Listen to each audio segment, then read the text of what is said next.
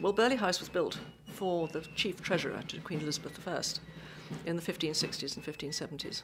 And this enormous building, curiously, was not the only house he built, because he had such enthusiasm for building that he created two enormous mansions like this, one here and one in Hertfordshire. I mean, the great thing about Burghley now is that not only is it a family home and open to visitors, but it's also become a very prime key location for good movies.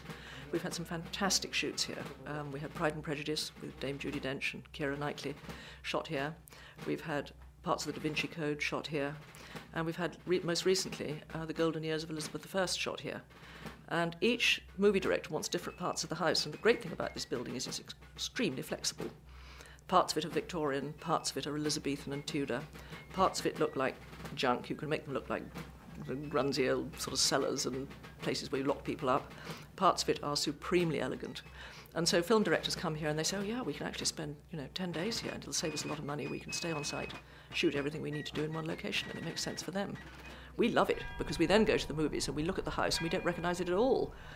We walk out of one room and appear in a cupboard in somebody else's house or in another part of the house that we didn't even know they were shooting. And it's extremely confusing, but we're very proud, actually.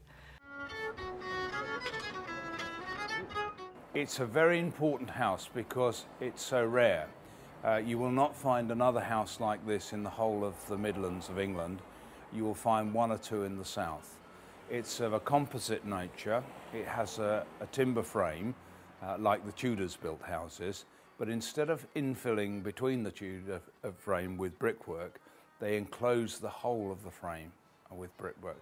This is oak from 1611, was cut in 1611. This is an original window frame.